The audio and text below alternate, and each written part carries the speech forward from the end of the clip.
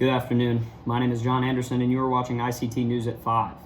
Tonight, we take a look at an article titled Concrete Dust Blowing into Butchertown Neighborhood for Decades, written by Ryan Van Velzer, published October 8, 2020 on WFPL.org.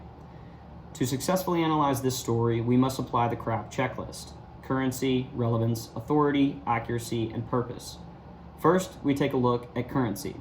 This story was published this month with no other articles written after pertaining to this particular issue. So, by the looks of it, the currency of this article checks out. Second, we look at how relevant the article is, asking the necessary question: does the article examine the problem of concrete dust affecting residents of Butchertown? The answer is yes. We see in the first two paragraphs of the article a description of Sandy Griffith, a local resident of Butchertown, and an overview of how the concrete dust in her backyard has led to health problems. The company Advanced Ready Mix, her neighbor, is to blame.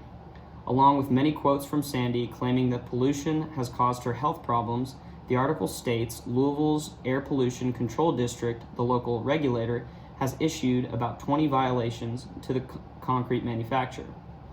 So far, the article checks out for relevancy of information related to the title. Third, let's check the authority of the source, in particular, the author. Ryan Van Velzer is WFPL's energy and environmental reporter, and found in his bio on WFPL.org, we see he has reported on many stories on the subjects of weather, climate, and other environmental issues.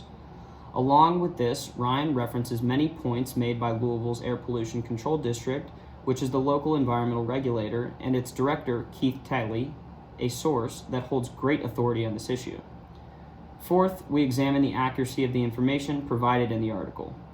In the beginning of the story, Ryan informs us that many local residents have submitted complaints about the dust ending up in their backyard, which is true according to the first-hand account of local resident Sandy Griffith. It is also stated in the article that in 2014, APCD took another look at Advanced Ready Mix's operations and required the company to implement a new dust plan to help reduce future emissions. This was a direct quote from Director Talley, so we know the information is accurate. And lastly, we examine the purpose of the article. The purpose of the article is not to inform readers of the dangers of concrete dust to the environment, but rather to give local residents a voice in order to make a change in getting help for their neighborhood.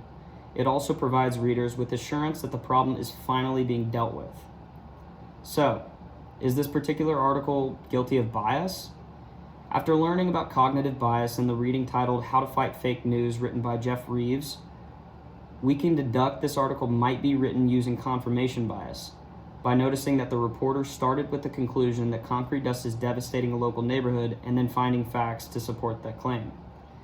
First-hand account of local resident and quotes from Louisville Air Pollution Control District helped reporter Ryan do this.